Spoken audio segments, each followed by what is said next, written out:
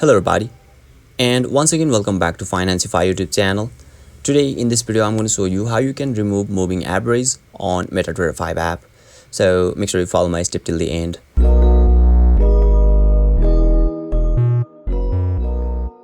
First thing first, I assume that you have already downloaded the MetaTrader 5 app.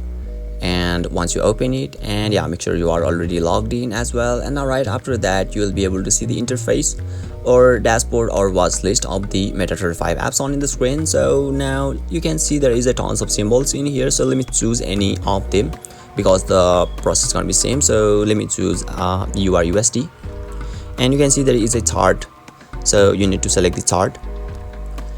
And now you'll be redirected to the chart section of URUSD, where you can see the function which is at the top of this chart, which is distinguishable by its F font or icon. So you need to tap on that F, and if you don't have moving average, then you can simply tap on the plus icon which is at the right side of the main windows. And once you tap on it, let me select the moving average,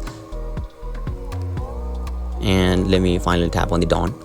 So once you do that, let me tap on the F again, and you can see moving average in here. So if you want to remove moving average or MA, then what you can simply do is you simply need to slide it to the left, the moving average, and you can see the delete option.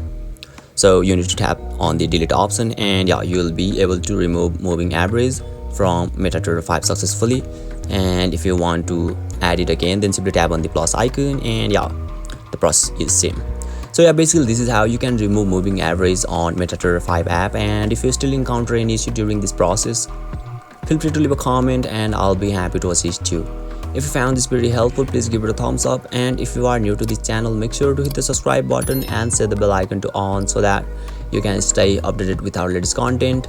Thank you for watching, and I'll see you next time.